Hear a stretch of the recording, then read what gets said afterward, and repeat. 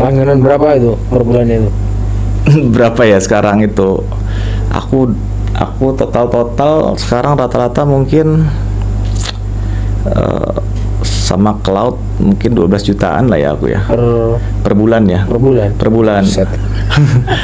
Tapi jauh ide awalnya aku karyawan 10 misal.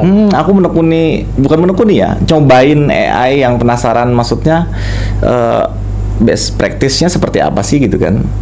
Gara-gara waktu itu ada 3 orang sebenarnya, 3 orang karyawanku resign, tapi lebih fokus ke 2 orang itu karena mereka petugas administrasi ya.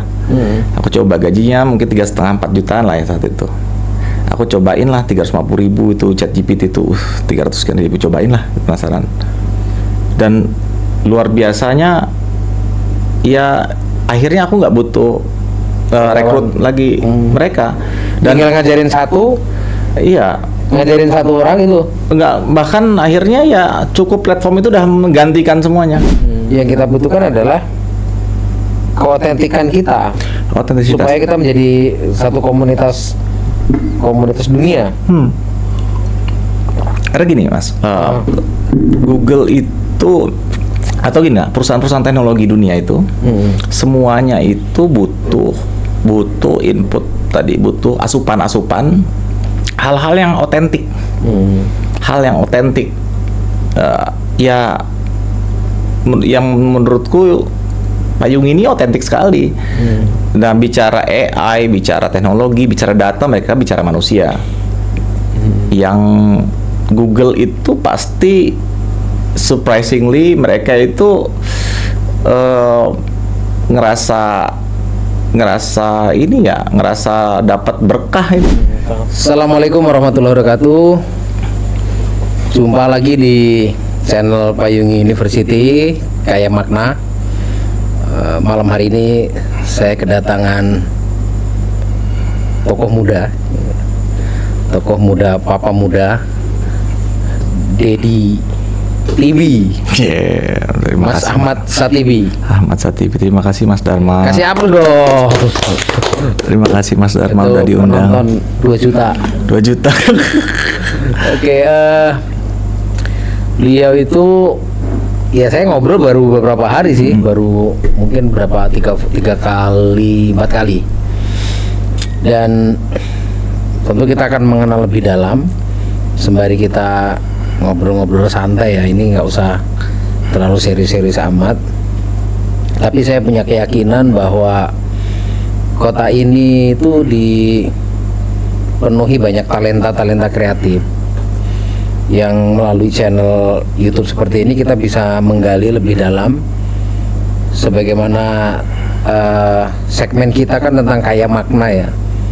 Malam ini kita coba ingin merebut makna apa saja yang mungkin sudah dijalani oleh Mas Ahmad Satibi. Apa kabar Mas Ahmad Satibi? Sehat Mas Dharma. Sehat ya. Alhamdulillah. Mas Ahmad Satibi ini menarik ketika diskusi panjang lebar, bisa berjam-jam, kadang juga ngajak istrinya. Ini di depan saya juga ada istrinya gitu. Iya. Yang kadang cuek juga, kita mau ngobrol apa, tahu-tahu dia udah tidur misalnya. Padahal kemarin pagi di minggu itu kita bisa sampai asar tuh ya. Iya.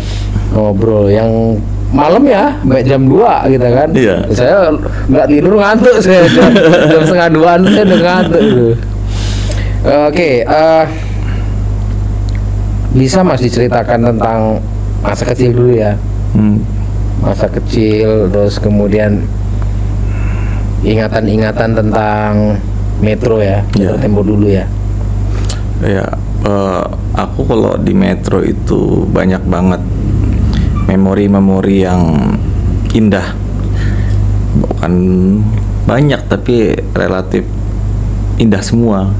Indah semua. Dari kecil aku lahir di Metro tanggal 12 Oktober 1987. Jadi dulu jadi pada saat aku pindah dulu orang tuaku tinggal di depan Ahmad Yani itu, di Jalan Ahmad Yani depan Taman Kota. Okay. Lalu pada saat aku lahir itu ayahku sedang bangun rumah di Magelangan yang sekarang ada TK Al-Quran. Nah, aku lahir di situ, terus lalu ayahku ada punya semacam taman kanak-kanak Al-Quran. Nah, disitulah aku banyak belajar di situ, banyak berinteraksi dengan orang-orang yang hebat di situ, karena ayahku dulu pergaulannya, aku pikir itu ya beyond ya kalau zaman sekarang itu. Dia sendiri itu seorang ekonom yang nggak lulus kuliah. Bisnisnya itu di konstruksi dan developer, lebih tepatnya developer pasar, developer untuk pembangunan perumahan pada zamannya ya. Lalu dia juga aktif di Nahdlatul Ulama. Rekan-rekan beliau itu kayak almarhum Pak Hasan Aidi, Kiai Kusnan, Pak Zakaria Ahmad, itu sering, almarhum Pak Malik Alvero itu sering di rumah itu begadang sampai pagi, nggak tahu apa yang diobrol itu, tiap pagi sampai ketawa-ketawa terus. Iya, jelas ngobrol peradaban itu. Ngobrol peradaban. Dan itu rutin setiap ayahku jarang di rumah, maksudnya jarang di metro. Setiap pulang pasti ada momentum itu. Lalu dekat dengan para jurnalis. Karena dulu di rumah Ahmad Yani yang dulu mungkin pernah tahu Betrik ya. Betrik Cafe itu dulu itu rumah ayahku dulu. Di situ itu ada biro Lampung Pos. Bang Aap ya? Iya, Bang Aap. Sebelumnya itu ayah sampai sih namanya perlu disepil tuh. Oh ya, Haji Ahmad Fatoni. Ahmad Fatoni. Jadi beliau dekat dengan para jurnalis. Dulu sempat bikin forum santri karena beliau juga tahun 80 atau 90-an awal ya, 80 akhir 90-an awal tuh mendirikan. Jadi gini, ada badan bentukan gubernur saat itu Pak Pujono Pranyoto kalau nggak salah.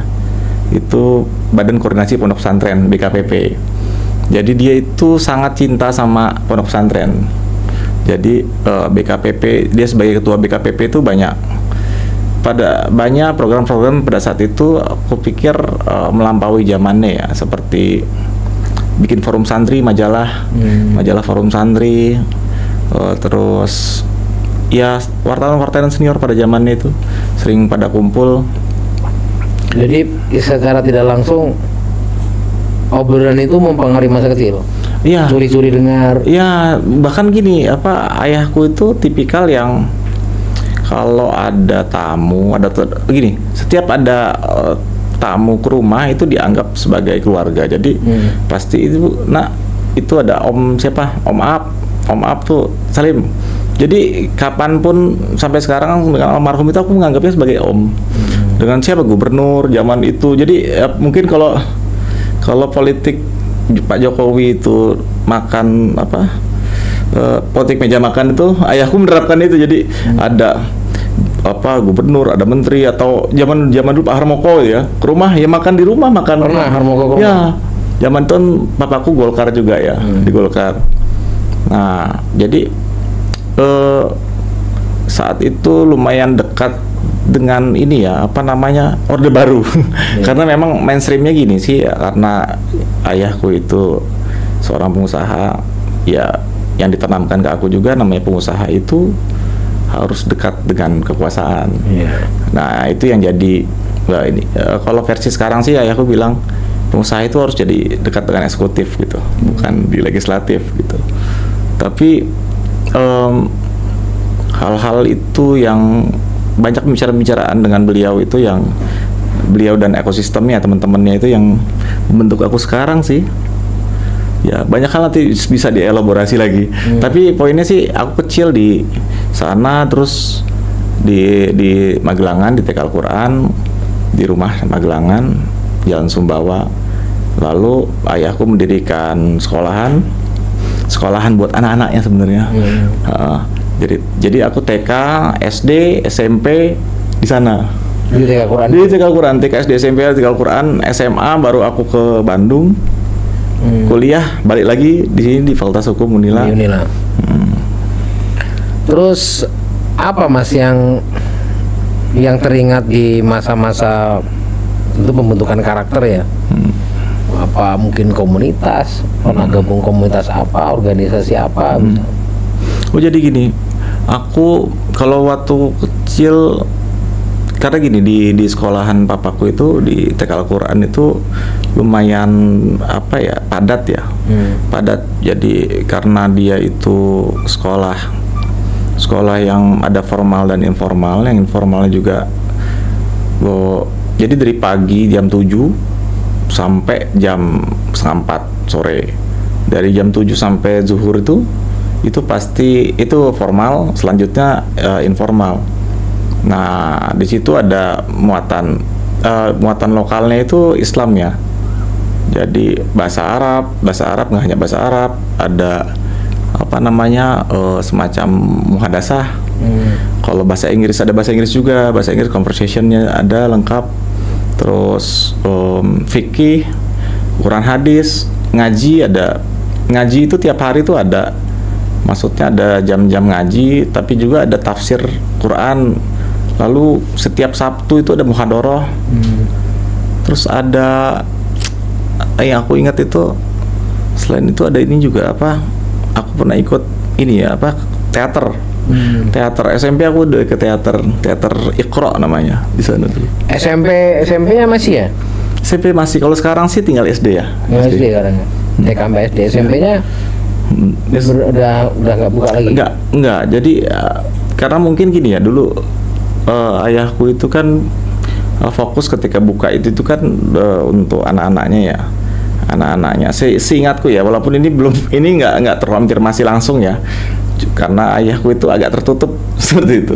Yang jelas gini, ayahku itu di pendidikan itu dia bukan berbisnis.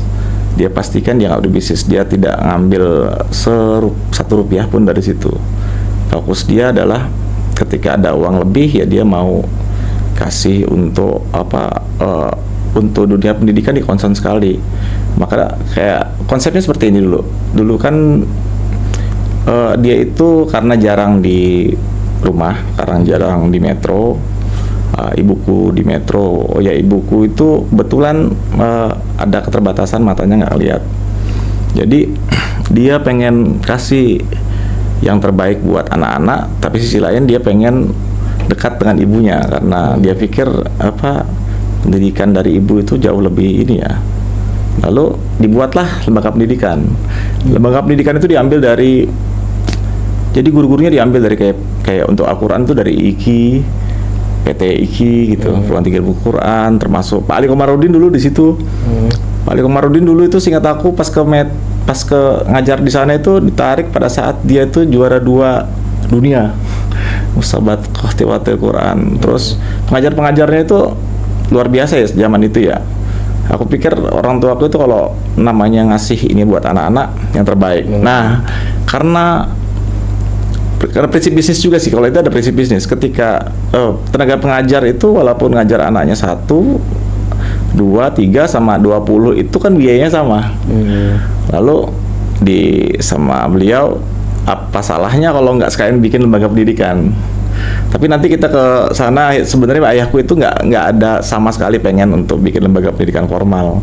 Karena kemudian di zaman itu ya ada pejabat-pejabat zaman itu ya, pada Pak Pujono Pranyoto gubernur, ada Pak Harmoko zaman itu yang ngompori ya, ngompori, Ji sayang amat ini bikin gedung sebagus ini kok nggak dibikin lembaga formal. Akhirnya kecemplung. Nah di kemudian ya itu nanti bisa kita elaborasi lagi lah. Oke. Terus masa-masa kuliah? Kuliah apa yang digeluti selain hukum? Aku kuliah itu banyak nongkrongnya, Mas. Sebenarnya aku kuliah itu nggak pengen. Nakalnya di situ ya? Enggak, nakalnya aku aku nakal dari kecil. Nggak kecil, tapi gini, aku kebetulan termasuk salah satu figur pemuda nakal yang bertanggung jawab.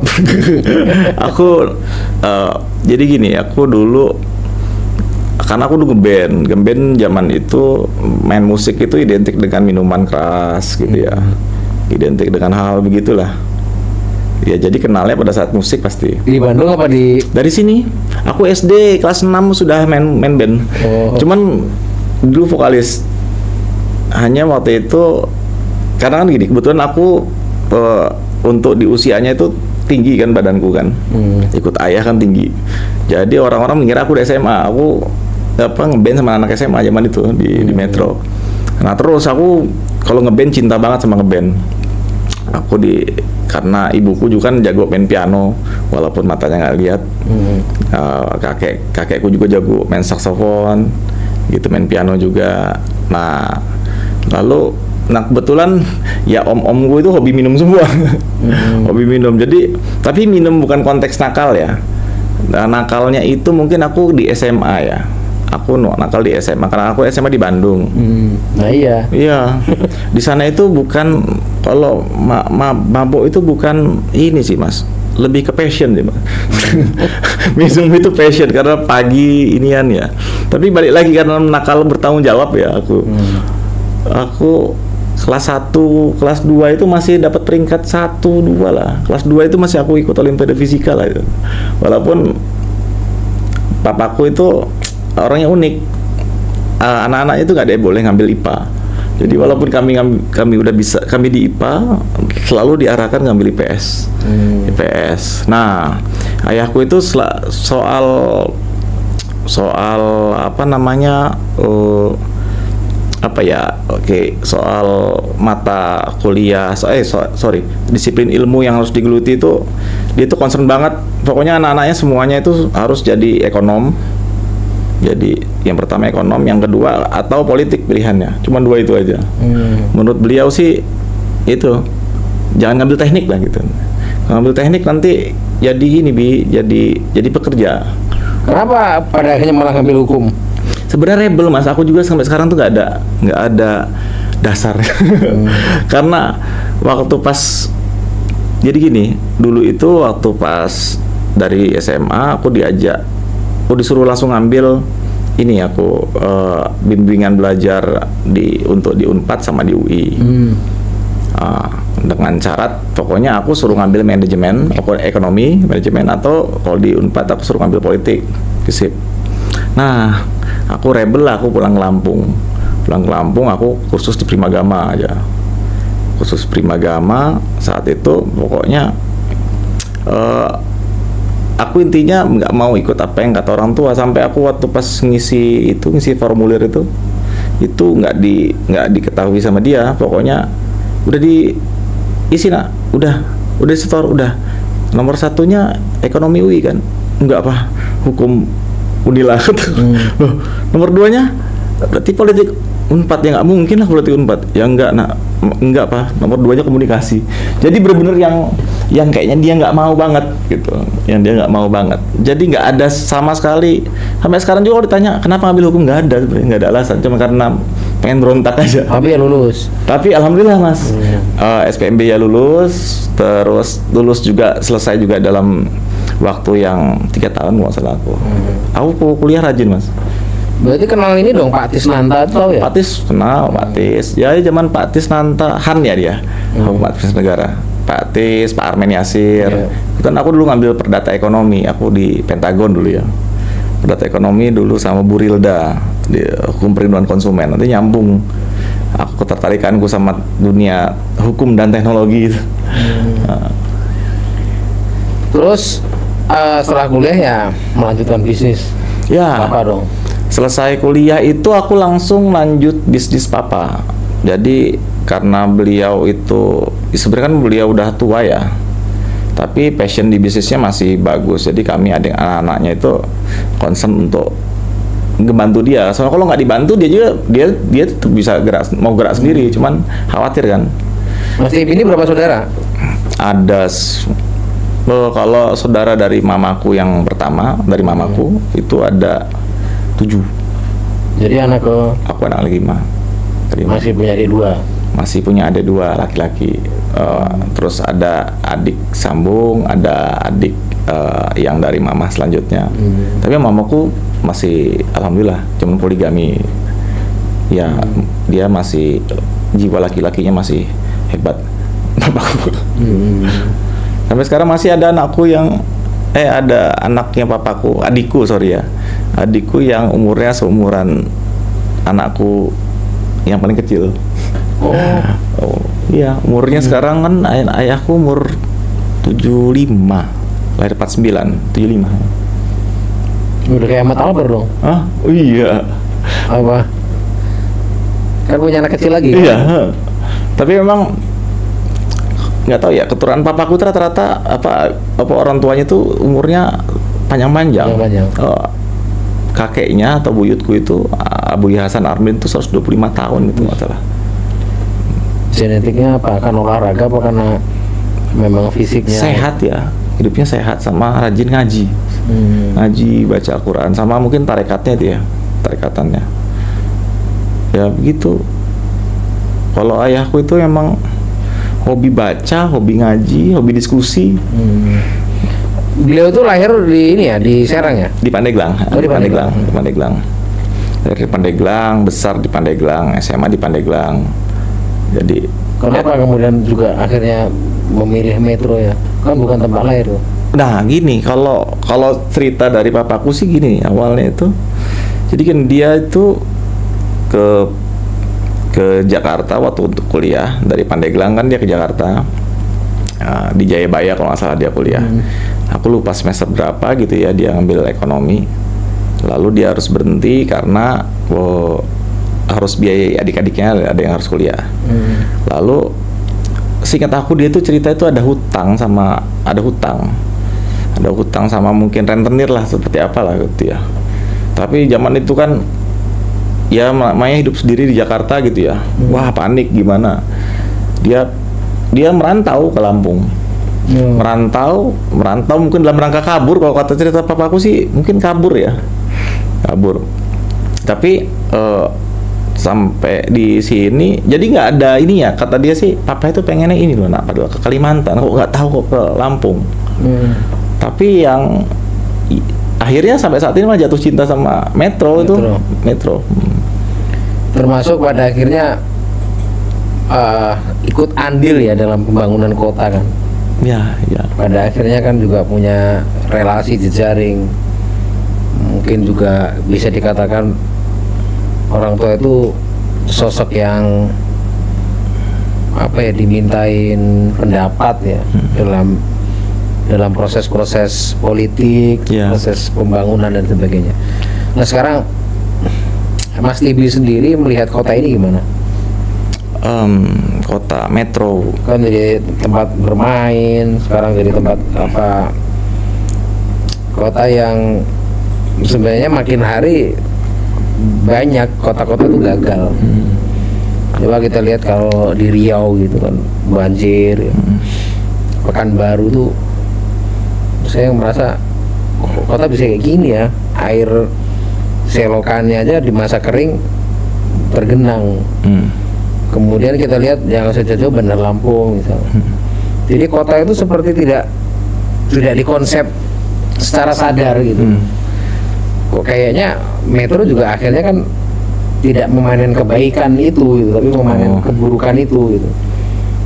Jadi kayak landscape kota itu gagal perencanaan kan gitu. Aku agak lumayan dalam aku meneliti tentang landscape kota Metro ya. Jadi sebenarnya untuk landscape sebuah kota itu sudah lumayan ideal karena dulu arsitekturnya dibuat oleh Belanda ya. Cuman mungkin gini, aku diskusi dengan beberapa teman juga karena aku kan developer di properti. Waktu bikin master plan untuk bisnis, master plan teknisnya, kami itu sudah meneliti soal ini juga, soal gimana perencanaan untuk saluran air, pembuangan. Jadi gini, ada salah menurutku ya, mungkin bisa dikoreksi. Ada salah pahaman yang fatal di infrastruktur jaringan air teknis di Metro itu, karena pada saat itu Belanda buat ini jaringan irigasi tersier, sekunder gitu ya. Itu untuk pertanian, irigasi pertanian. Jadi kalau mungkin pernah ke Belanda gitu, sampai sekarang juga ya masih untuk irigasi pertanian itu masih banyak yang nggak perlu pakai batu atau semen ya, masih tanah aja dan tergenang tapi nggak jernih gitu ya. Nggak, jadi mereka memisah atau gini, ketika kita ke Dam Square gitu, itu aliran airnya itu bersih sekali karena itu aliran air bukan air limbah dari perkotaan, itu air dari pertanian. Nah, landscape kota metro ini memang ideal pada saat itu untuk apa namanya kolonisasi pertanian ya, yang belum dikaji ulang sekarang itu karena banyak banget ya, aku karena di properti banyak banget kita teman-teman utamanya ya, karena kebetulan kalau aku insya Allah ketika aku bangun perumahan aku selalu bikin drainase khusus untuk ini, untuk apa limbah ini ya, perumahan. Nah, banyakan itu menyatukan drainase pertanian dengan drainase perkotaan, yang akhirnya kan berdampaknya seperti ini, ada efek dominonya kan seperti ini. Ketika hujan ada air yang meluap di tiap kanal ada wai bunut, wai putih itu kan. Itu padahal kan drainase untuk pertanian ya. Ketika pintu air dibuka, ya meluap ke drainase perkotaan karena drainase yang ada itu terintegrasi antara drainase perkotaan dan drainase pertanian. Mungkin harus dikaji lebih ini lagi ya. Dan mungkin ini juga karena sudah terlanjur agak semrawut mungkin ya. Waktu itu sempat aku ada diskusi Bung Andra Saputra ya. Kebetulan dia kan sipil ITB ya. Jadi kami itu sempat menyimpulkan ya, walaupun kami nggak secara formal bikin analisisnya, tapi akhirnya kami ketemu kesimpulan bahwa drainase kita ini kalau gini, untuk menghindari banjir nggak ada lain, kita harus punya kolam retensi dan itu harus dipompa ke pompa ke saluran yang lebih besar. Apa model kayak sanitasi yang dikembangkan apa namanya, sanitasi berbasis apa namanya, jadi dari rumah-rumah warga. Komunal ya. Komunal. Oh iya, kalau untuk itu kami juga di perumahan udah mengembangkan itu ya, di perumahan kami di Golden Village itu, di PT Golden Property Sejahtera itu kami jadi agar menghindari pencemaran yang lebih luas dari E. coli misalnya kan, sama air juga, air tanah agar nggak banyak terlalu digali, jadi kita bikin konsep ini septic tank komunal, lalu air komunal kayak model ini kan, model PDAM. Oh iya, itu nanti itu padahal itu loh, kami itu bikin itu untuk nanti dihibahkan ke pemerintah daerah. Jadi PDAM itu punya sumber-sumber baru dari situ. Jadi infrastruktur yang kami buat itu untuk kemudian pemerintah daerah itu bisa memanfaatkannya untuk kesejahteraan lebih besar. Jadi hibahnya nggak sekedar hibah ini aja, infrastruktur itu pun bisa jadi model bisnis untuk pemerintah daerah juga, dan jadi model pilot untuk bagaimana mengelola perumahan secara baik gitu. Perumahan mana contoh yang dikerjakan Mas TV ini? Ada banyak ya Mas ya. Ada kalau di Metro itu Metro Regency, Metro Regency, ada The Mulia Residence, ada Sultan Dumas Residence, ada Grand Adipati, ada Golden Village, ada Golden Townhouse, ada apa lagi ya? Ada beberapa, banyak lah Mas. Aku agak lupa ini, tapi biasanya gini, aku kasih namanya itu biasanya berdasarkan nama jalan. Jadi The Mulia itu sebenarnya itu Yoso Mulyo kalau nggak salah ya. Kalau Sultan Dumas Jalan Sultan Dumas gitu. Grand Adipati The Rose itu. The Rose itu Jalan Mawar gitu. Ya ada The Rose. Ada banyak lah di Metro ini. Di Metro yang termasuk kalau untuk di Lampung kayak Metro Regency itu termasuk perumahan konsep pengembangan wilayah yang sukses, integrated kompleks ya. Jadi ada kompleks bisnis, ada apa namanya pertokoan, ada kompleks perumahan. Lalu di perumahan itu juga kan kita nggak hanya membangun infrastruktur fisik, tapi infrastruktur sosial juga. Rata-rata sebenarnya mereka juga pendatang kan ya? Oh, 70% pendatang. Pendatangan ya. Jadi sebenarnya setelah dibangun juga sebenarnya mesti dipikirkan interaksi sosial. Betul. Kemudian ya termasuk dampak-dampak pengelolaan sampah yang belum terintegrasi. Oh, betul, ya. betul. Itu selama ini apa? Gimana problem-problem? Oh iya, kalau untuk sampah ya selama ini jadi kita kalau untuk di Metro ini kan bisnis developer perumahan yang terintegrasi, yang bisnisnya lebih di industri itu belum ideal banget. Jadi kita serahkan ke warga, dalam hal ini kan untuk keamanan, kebersihan, maintenance itu diserahkan ke warga. Jadi aku selama ini juga baru tahu mungkin beberapa bulan terakhir ya bahwa ternyata sampah itu iurannya hanya berapa, 5.000 apa ya? Apa nggak nyampe 10.000 per bulan ya? Padahal 12.000. 12.000 kalau di agak luar, kalau di dalam udah 30-an ribu ya. Jadi di perumahan kami itu mungkin 100 sama keamanan ya, 150.000, 200.000. Jadi mungkin perlu diinikan lagi kali ya, model pelayanan untuk, kan gini, banyak sekali perlu diversifikasi kali ya layanan untuk layanan versi murah, yang premium. Kalau itu mereka milah ya mungkin lebih murah, kalau nggak milah ya lebih mahal gitu. Ya itu kayaknya kan gini, untuk orang tertentu itu mungkin 50.000, 100.000 satu bulan. Ada yang lebih murah, ada yang lebih berarti. Iya.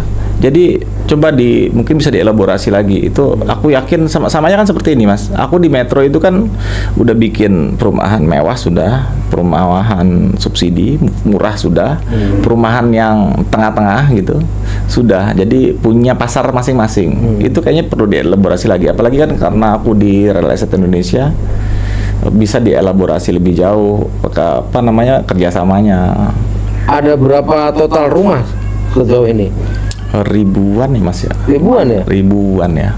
Yang di Metro? Di Metro itu total ya hampir 1.000 lah ya. Hampir 1.000 ya. Itu sudah bisa jadi percontohan kalau kita mau merevolusi pola perumahan ya. Ya. Dari mulai pengelolaan sampah terutama. Bisa banget Mas. Syukur ke sanitasi total gitu. Oh iya bisa. Ya selama ini kan gini juga. Ya banyak sekali itu kita nggak ketemu jalan tengah antara pemerintah daerah dan kita ya. Kita sebagai, jadi antara terlibat si stakeholder yang diundang mungkin saya nggak tahu jalannya, saya juga nggak mau suzon, tapi intinya sintesis dari pertumbuhan melalui FGD dan lain-lain itu nggak menghasilkan output yang sebenar-benarnya ketika terbit peraturan tentang zonasi atau rencana detail tata ruang, RT RW gitu. Cenderung malahan aku pikir meleset malahan.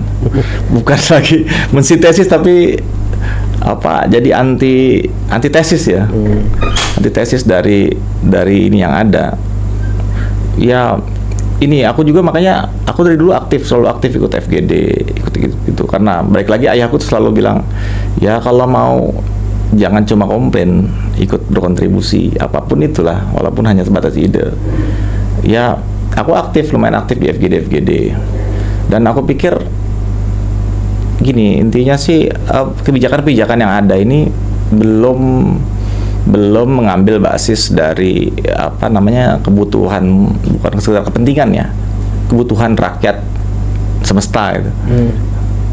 Belum. Sebenarnya para pengembang ini bisa nggak sih diajak diskusi? Sangat bisa, sangat senang. Justru kami ini pengembang. Nah, berarti kayak Metro nih ya. Metro ini waktu aku diminta untuk jadi ketua REI, karena sebelumnya belum ada REI Indonesia. Estate Indonesia itu REI itu kan kumpulan para pengembang terbesar dan pertama di Indonesia. Itu di Metro belum ada. Jadi bahkan karena keterlibatan aktifnya Metro, langsung dibuat komisariat regional untuk Metro Lampung Tengah Lampung Timur, yang mana karena keterlibatan aktifku untuk terus ngasih inian ke pemerintah kota.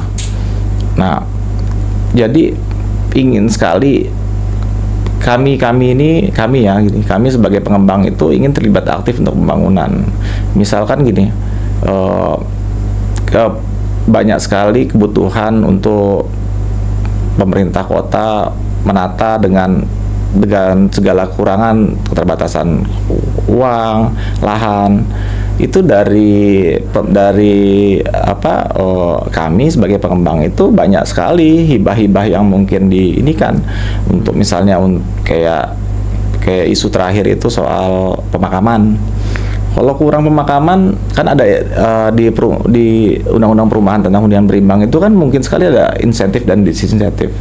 Kami memberikan insentif berupa berupa lahan, daripada kami ngebuang ngebuang 100.000 meter di Metro Pusat yang harganya mungkin lebih dari 1 miliar, nggak manfaat juga kalau dibuatin fasilitas, tapi kalau dibuang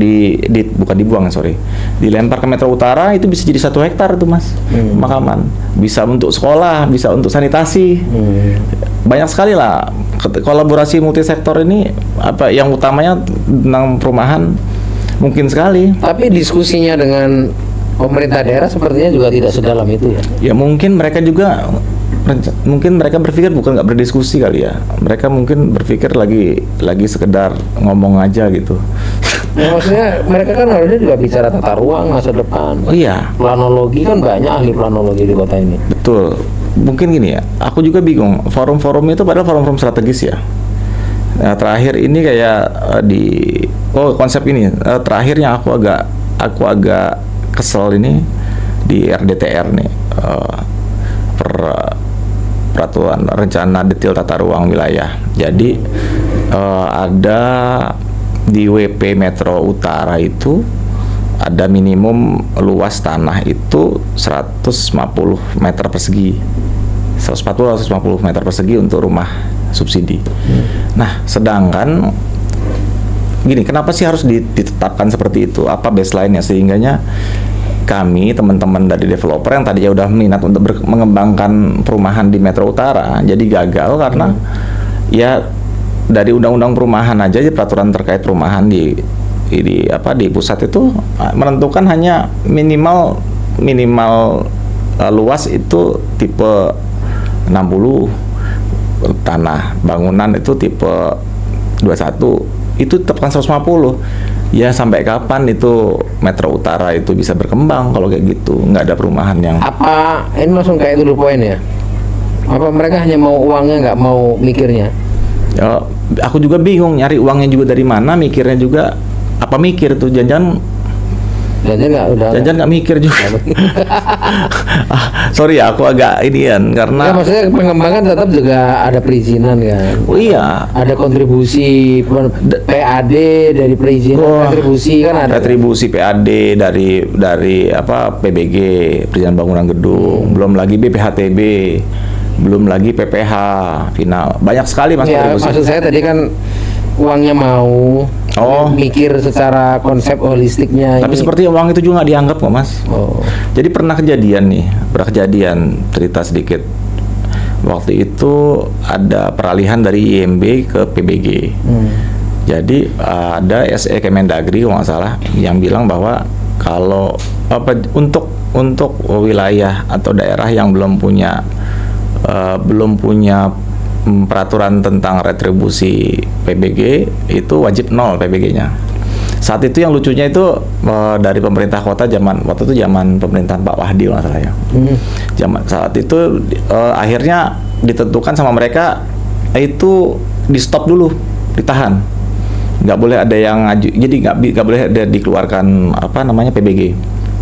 Saat itu untung aku agak keras saat itu ya. Aku protes sehingga diadakan FGD. Aku bilang seperti ini, kalian sadar nggak sih efeknya itu ketika FGD, ketika PBG itu nggak dikeluarkan, berapa banyak kami sudah nge-hire pekerja, berapa banyak yang potensinya mereka nggak makan, mereka punya istri, punya anak, nggak sekolah, segala macem.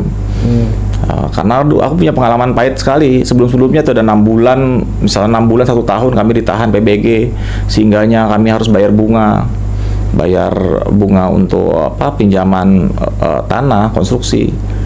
Nah lalu kalian tuh nggak, kalau untuk PBG itu nggak besar mas, PBG itu ratusan ribu lah hanya retribusinya. Tapi BPHTB-nya itu jutaan mas. Tapi kan orang nggak bisa gimana mau jual tanah atas dasar penjualannya atas dasar bangunan juga ketika PBG-nya nggak, ketika PBG atau IMB-nya itu nggak muncul. Efek dominonya belum lagi kan, bisnis properti itu 72 sektor yang berkontribusi. Berarti ada 72 sektor yang terdampak. Itu efek dominonya luar biasa gitu. Jadi ya terutama tukang-tukang itu jadi dapatnya nggak ngepul lah. Iya. Nggak padat karya. Iya padat karya. Ya otomatis apa ya? Aku pikir kalau dibilang mereka itu nggak mikirin, pasti kayaknya. Pasti nggak mikirin. Atau jangan nggak pernah mikir kali. Sekarang dari cabut belum? Oh, sudah saat itu singkat aku saat FGD itu aku komplain, saat itu langsung cabut. Tapi yang efek lanjutannya itu terkait RDTR tadi tuh, bicara detail tata ruang. Aku bingung ada baseline-nya itu dari mana.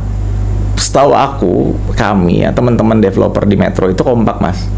Kami saling beritahu gitu. Bagus lah, ekosistem di Metro itu bagus sekali untuk bisnis perumahan karena saling tapi beritahu. tetap, mohon maaf tak potong, tapi tetap ada yang rusak kayaknya. Oh ada. Masuk mereka yang mengembangkan perumahan di kawasan-kawasan apa ya, yang mungkin sawah. Oh ya, mungkin di situ ada resapan air ditimbun. Tentu mas, gini mas, ya kita nggak menutup diri ya, pasti ada 1-2 orang yang seperti itu, 1-2 developer. Tapi gini, prinsipnya sih kami sebagai developer atau komunitas developer ini, teman-teman itu siap gak hanya dengan pemerintah FGD, dengan diskusi dengan teman-teman komunitas, dengan warga sekitar.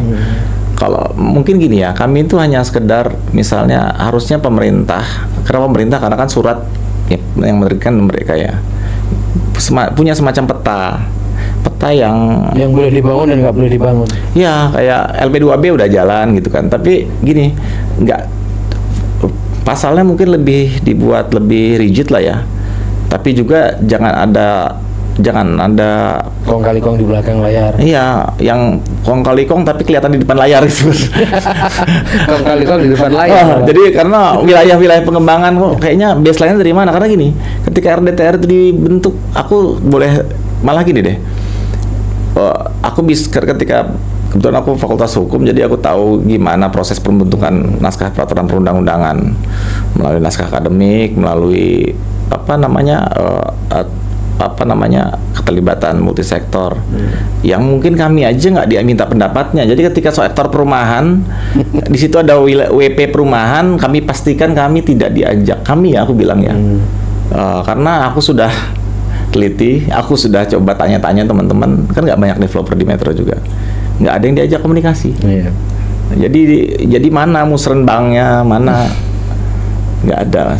Jadi bisa dikatakan tadi ya, kota ini seperti gagal melakukan perencanaan tata ruangnya. Gagal. Hampir banyak di Indonesia itu. Ya, aku pikir bukan sekedar gagal ya. Mereka nggak usah ngapain aja masih lebih baik, mas. Diem aja, nggak usah mengapain. Nggak ambil HPBD itu buat mereka nggak apa-apa. Tapi nggak usah mengapain karena gerak sedikit mereka bikin blunder. Aku nggak tahu tuh. Lepas apapun kepentingannya, blunder semua isinya. Mau ganti pimpinan apakah juga mentalitasnya begitu ya? Memang mentalitasnya juga bisa jadi ya. Aku nggak tahu ya, apa mungkin nanti bisa dielaborasi lebih jauh juga akarnya kenapa, dari waktu pas Hindia Belanda zaman dulu. Kan kita kalau tahu sejarah, tahu pengetahuan, minimal kita butuh pemimpin kayak Dedi itu kan. Oh iya. Ya, dia marah-marah kalau ini nggak benar. Sepertinya harus gitu mas. Kalau perlu dipecut kali ya, bawa pecut Bukan Pak Putas. Ibu Putas nanti pas di rumah aja ditaruh di kopi.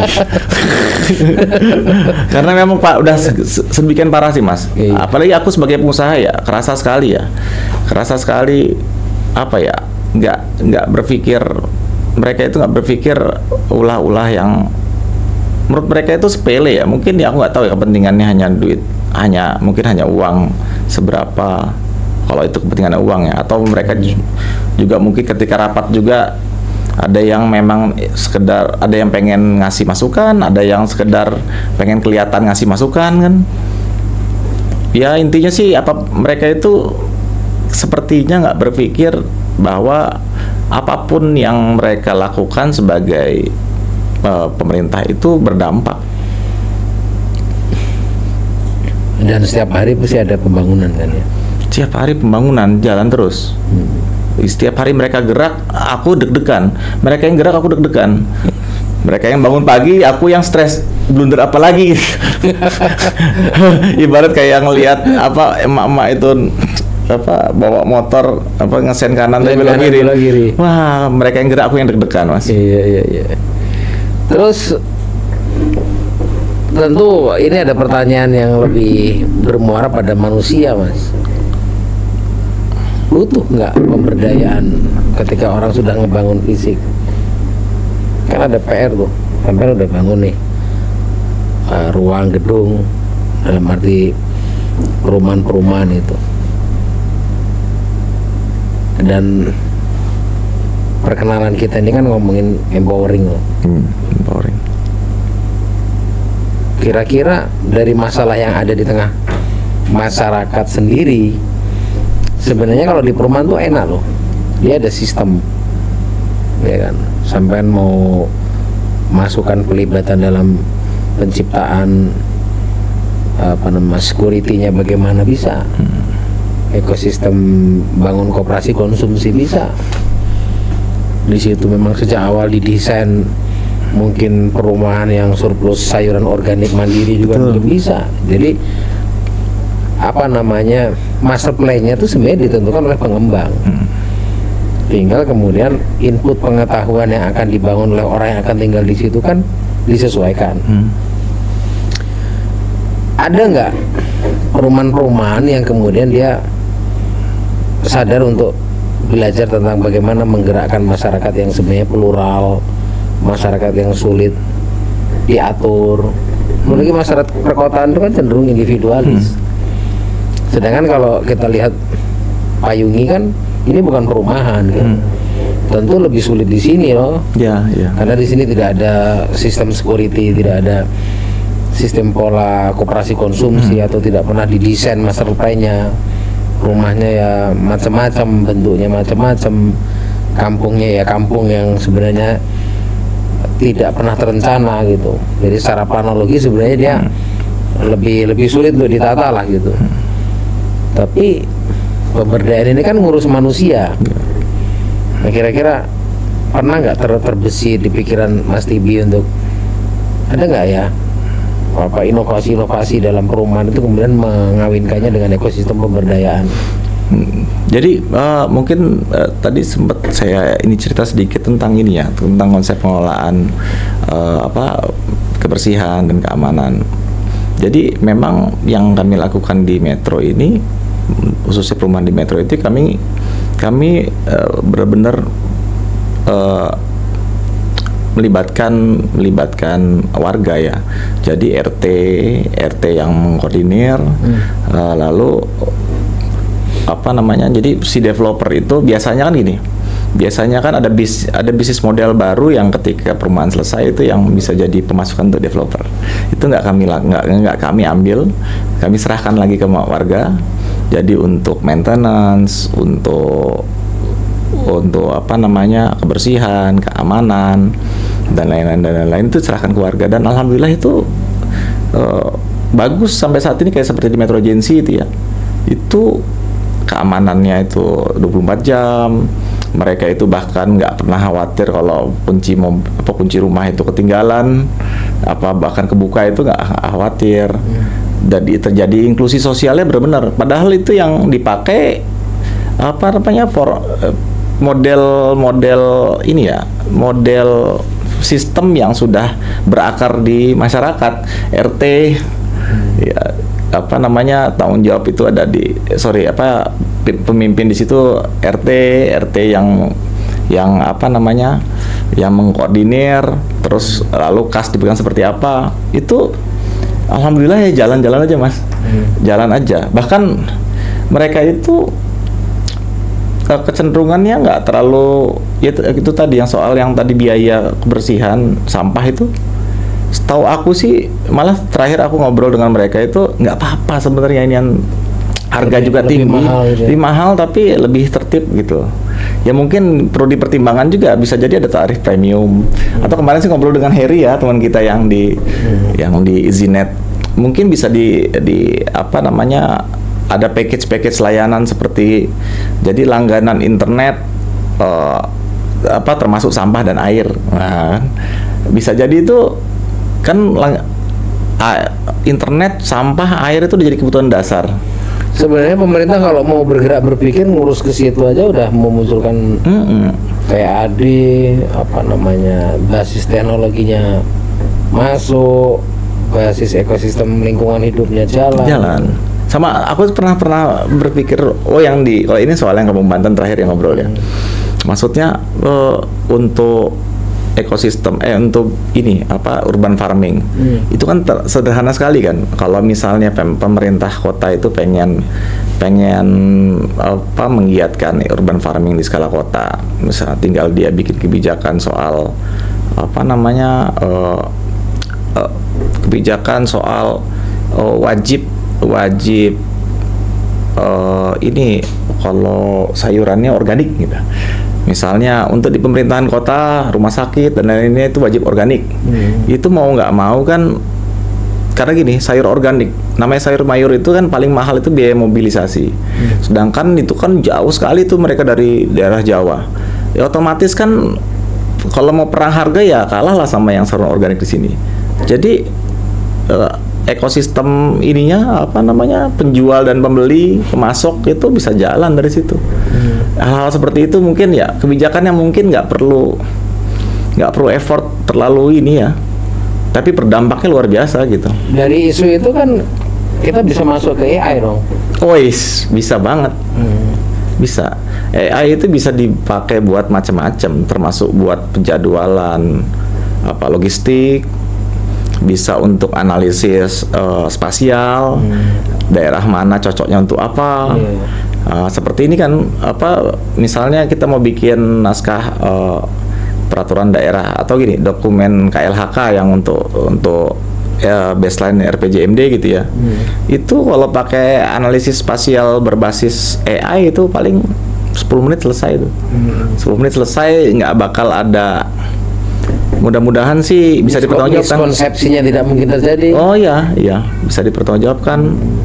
Tidak mahal dengan berlarut-larut. Nggak mahal. Jadi selama ini yang APBD triliunan itu sebenarnya kalau ditaruhin, kemarin kita diskusi ya, kalau misalnya nggak usah 1 triliun, 1 miliar kalau dijadiin Google Ads, itu kota metro itu jadi Silicon Valley kali.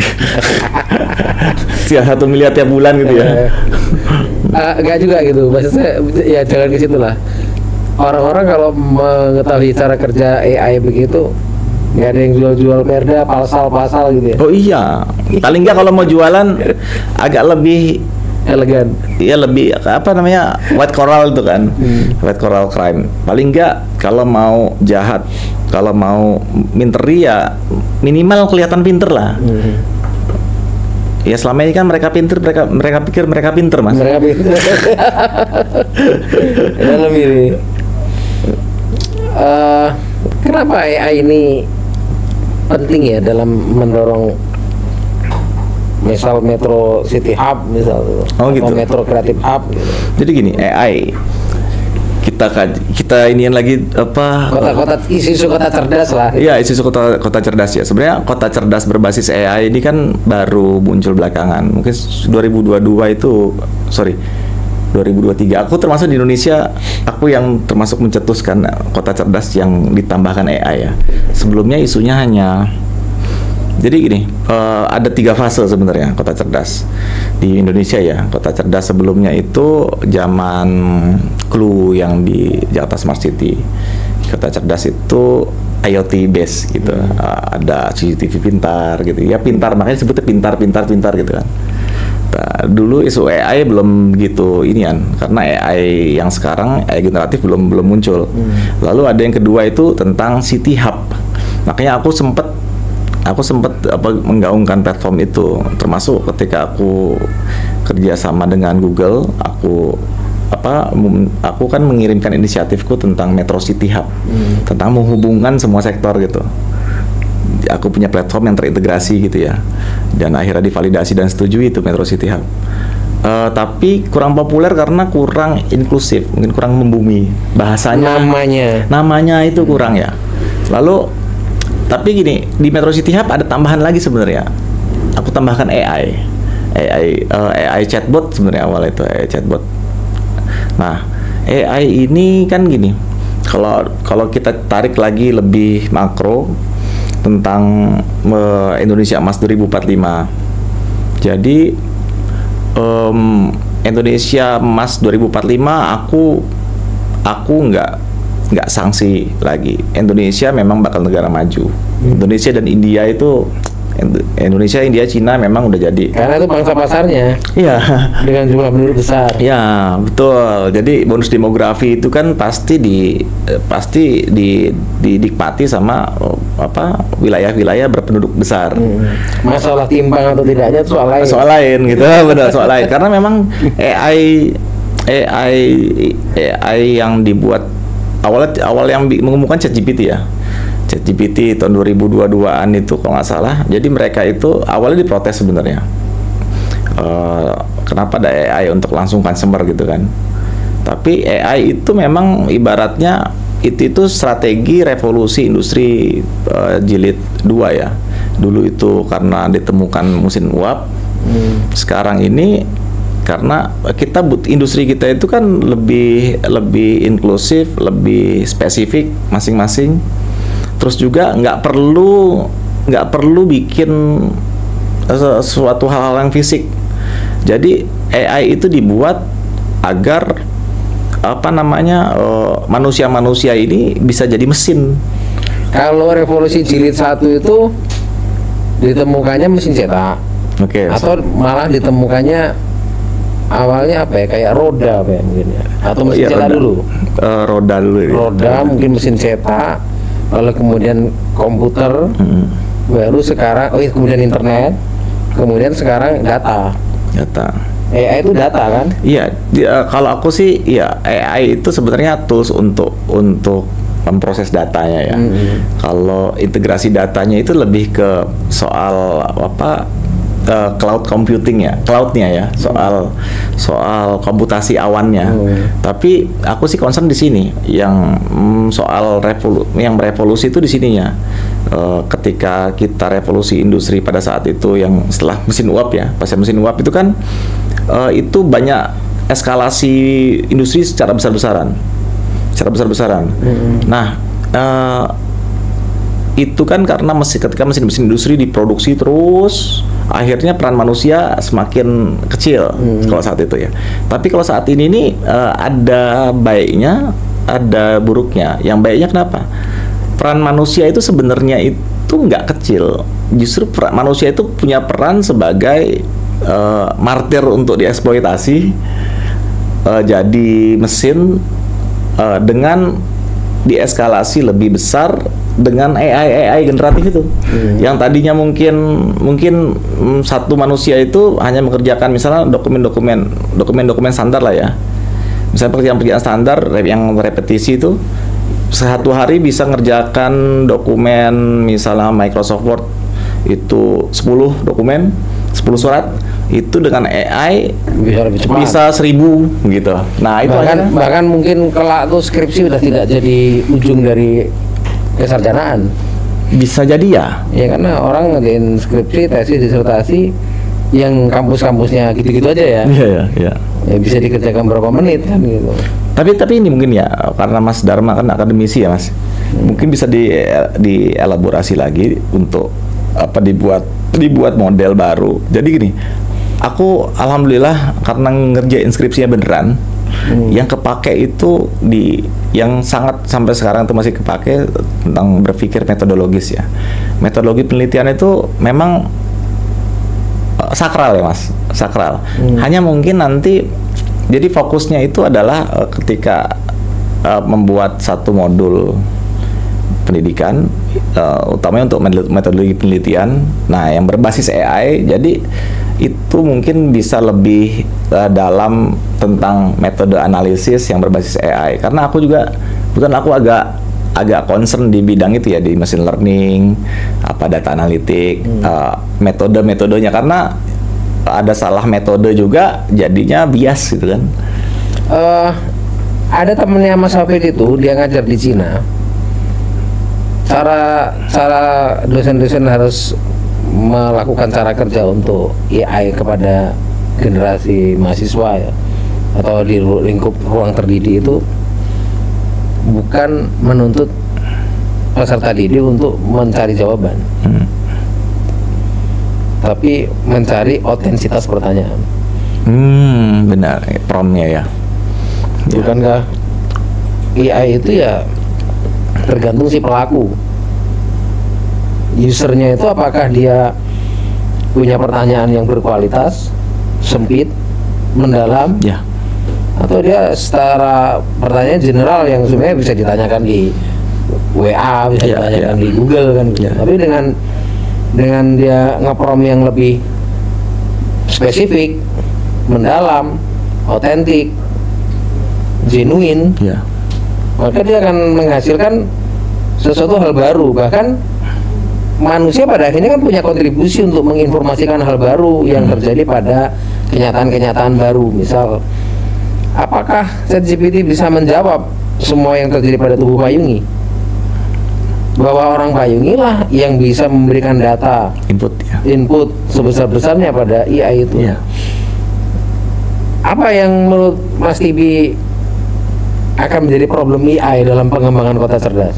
Jadi gini, lebih ke gini ya, AI generatif ya, lebih ke AI generatif. Ini yang sekarang itu masih banyak ya miskonsepsi sebenarnya.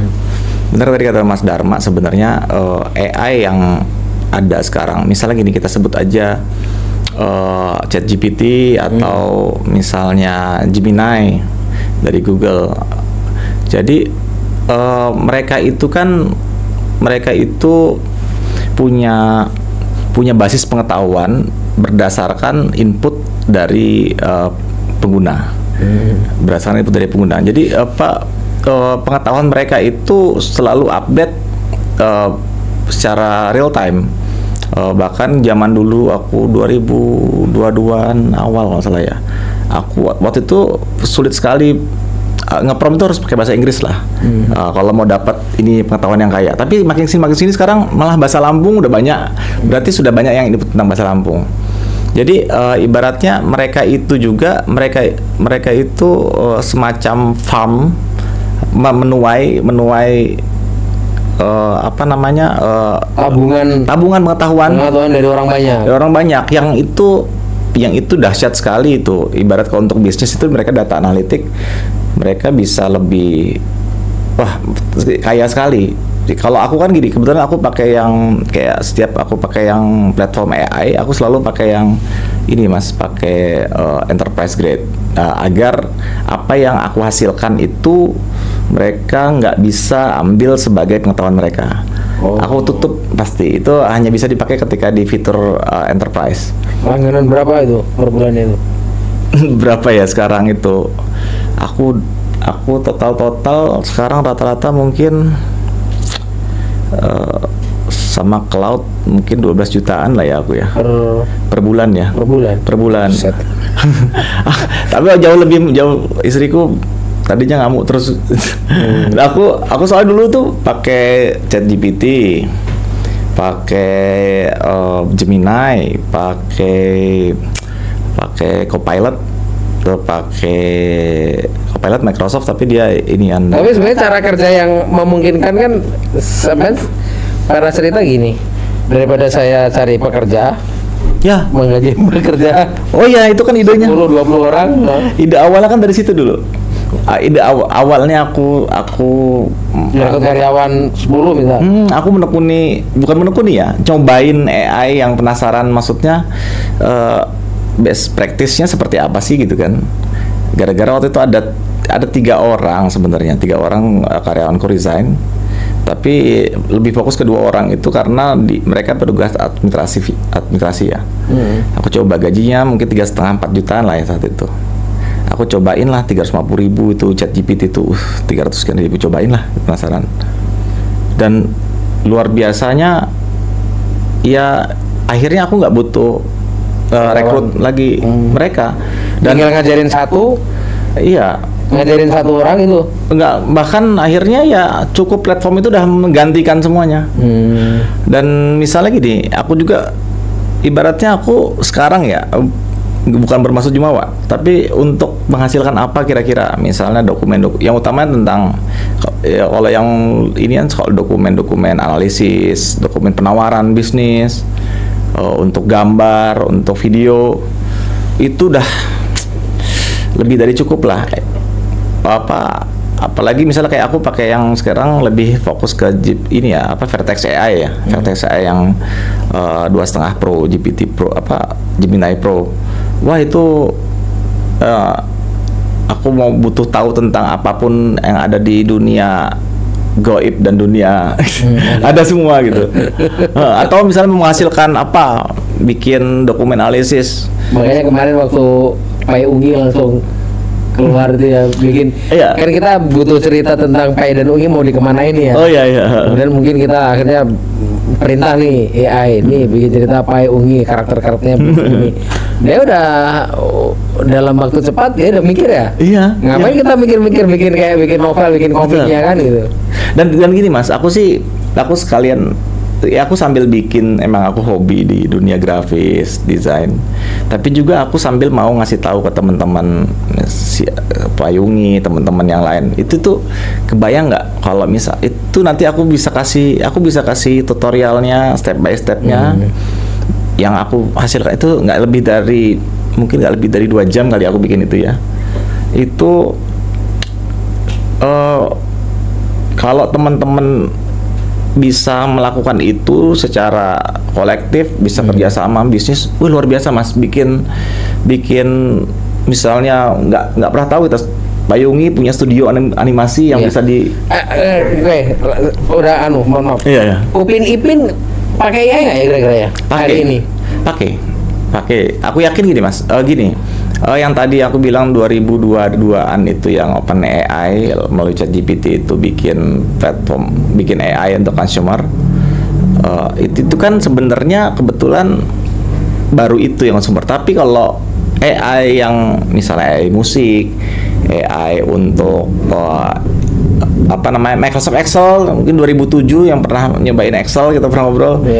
Kalau kita ngasukin formula, kalau udah nggak slip sedikit itu masih diinin, berarti pakai AI. Jangan nulis keliru, bener AI pertama AI itu. Terus ngoding, terus sama termasuk itu juga lah, kita ngetik juga otomatis pakai, kalau kita inian citationnya kita aktifin, dictation kita aktifin tuh otomatis. Itu pakai AI. Terus kalau ngoding dari dulu, mungkin kalau yang suka ngeprom pakai misalnya comment prompt, itu ngoding udah lama itu pakai AI. Hanya mungkin gini ya, aplikasi AI yang berbasis NLP ya, Natural Language Processing, jadi AI yang sekarang itu kan sebenarnya gini, ChatGPT itu kenapa dia paling jago? Karena natural language processing-nya itu di bank datanya itu lumayan, dia besar sekali. Dia bisa ketika misalnya gini, ada anak Payungi ini yang coba ini pakai ChatGPT, langsung masuk tuh ini anak Payungi pakai ini untuk berbicara soal ini gitu. Kenapa kita tidak gini, kerjaan-kerjaan yang sebenarnya udah mesti dilakukan bisa dikunci tadi ya, nggak diambil oleh mereka gitu. Tapi kalau akses terhadap informasi Payungi, kenapa nggak kita lempar aja? Gini, kalau akses tentang informasi Payungi, jadi gini, Kalau yang tadi itu gini Mas, lebih kalau aku sih lebih baik begini. Karena kalau namanya teknologi itu ada yang memang kita butuh mereka tahu untuk kekayaan NLP mereka. Ada yang kita harus tutup untuk kekayaan intelektual kita. Oke. Ya, jadi itu juga penting untuk mungkin nanti kesadaran seperti itu yang perlu sampaikan ke teman-teman ketika ini kan AI. Penting untuk kita juga berdaulat. Karena udah mahal-mahal bayarnya juga. Oh iya, jadi karena gini, Otensitasnya diambil orang. Gitu. ya sayang sekali kan gini, karena by the time kita itu misalnya kita ngeprom strategis, aku sering kejadian tuh Mas, ngeprom dapat formula yang memang itu bahkan mereka pun ya aku yakin mereka di dunia kan belum inian. Jadi hebatnya AI di situ Mas. Ketika mereka sudah mulai halu atau gini, ketika mereka mulai ngelihat ada semacam inovasi di situ, itu sering terjadi tuh di aku tuh tiba-tiba stop dulu, nge-lag, nanti muncul lagi dengan sintesis yang berbeda. Itu sering banget aku kejadian. Kenapa dia? Nyuri pasti. Jadi aku pun gini, nggak sepenuhnya percaya soal soal yang tadi ya. Salah satu upaya aku kan menutup celah itu untuk mereka tidak bisa baca. Tapi aku yakin kan dengan format lain mereka tetap bisa akses. Nah, makanya gini, dengan Harry itu kemarin kami ini sudah bukan lupa ya, sudah punya roadmap untuk bikin AI versi lokal, versi kota metro lah. Nah, dari Payungi, makanya kemarin mungkin data center itu. Nah, itu nanti kita ngobrol lebih lanjut. Pokoknya kita mau masukkan Payungi ini sebagai pilot project karena ini sudah kampung yang bergerak, kampung yang manusianya juga sudah bisa terkonsolidasi. Kemudian bagaimana peran AI, ya terutama Internet of Things dulu ya. Mas Heri akan memfasilitasi dalam bentuk infrastruktur internetnya. Kemudian pasca itu kan kemudian datanya. Ini kan seperti revolusi dari internet, kemudian langsung ke revolusi pendataan data. Yakin nggak bahwa Google suatu saat akan datang ke sini? Yakin banget. Yakin ya? Yakin banget. Aku dan kita nggak perlu ini ya, nggak perlu merasa bahwa ini harus didatangi oleh pemerintah, itu nggak perlu ya? Oh enggak. Karena Google pada akhirnya kan yang kita butuhkan adalah keotentikan kita, supaya kita menjadi satu komunitas dunia. Karena gini Mas, Google itu atau gini lah, perusahaan-perusahaan teknologi dunia itu semuanya itu butuh input tadi, butuh asupan hal-hal yang otentik. Hal yang otentik, yang menurutku Payung ini otentik sekali. Nah, bicara AI, bicara teknologi, bicara data, mereka bicara manusia. Yang Google itu pasti surprisingly mereka itu ngerasa dapat berkah ini. Sangat terhormat kalau sampai. Iya, sangat terhormat. Aku yakin, aku dengan PD-nya kok nanti maksudnya gini, ketika nanti kita lebih jauh nanti kita ngobrol, maksudnya nanti dengan berbagai cara lah. Aku yakin kok. Yakin. Payung ini unik, mungkin di dunia, di dunia ini nggak ada lah. Dunia ada, tapi mungkin dengan bentuk berbeda. Gitu. Jadi yang akan kita input untuk menjadi kontribusi sebagai salah satu komunitas di dunia adalah bahwa Google itu mengakomodir itu. Ya, jadi kan gini Mas, izin. PR dari perusahaan-perusahaan teknologi dunia ini semuanya itu untuk membuat satu platform, satu aplikasi lah sebut aja ya, yang inklusif, yang berbasis pengguna. Indigenous community ya? Iya, komunitas adat itu sangat terakomodir sebenarnya. Iya, lebih ke ini Mas, maksudnya pengen bikin satu platform yang bisa mengakomodir semua lapisan masyarakat. Nah, mereka kan belum punya pemodelan. Nah, kegagalan tentang digitalisasi ini jangan salah loh, bukan hanya di Indonesia, seluruh dunia juga, karena teknologi itu dianggap sesuatu yang mahal, sakral sebelumnya. Tapi mereka itu karena mahal, ya ibaratnya gini, ketika ada Elon Musk datang ke Indonesia ya, ketemunya Luhut, bukan ketemunya Mas Dharma. Mereka itu pengen ketemu Mas Dharma sebenarnya. Cuman mungkin kalaupun misal nanti ketemu Mas Dharma, tapi ada Luhutnya juga tetap. Jadi gini, mereka itu butuh otentik. Nah, jual aplikasi itu kan jual sesuatu yang bisa dipakai langsung, yang kalau bisa orang nggak perlu sadar pakai aplikasi, tiba-tiba manfaat. Atau gini, pencipta teknologi itu punya kontribusi menyeragamkan lapisan manusia dunia. Ya, sangat. Padahal mereka pengen ada keunikan karakter untuk menginput data yang sebenarnya sudah dikembangkan ini. Iya benar. Kan kalau kita sering nonton film-film robot itu kan, bahkan robot-robot, film-film robot aja kan nggak keren kalau robotnya tuh inian. Ada robot dari satunya hobi apa, misalnya aku lupa ya, kayak di Robocop lawannya juga kan robot-robot yang nggak yang unik-unik lah gitu pasti.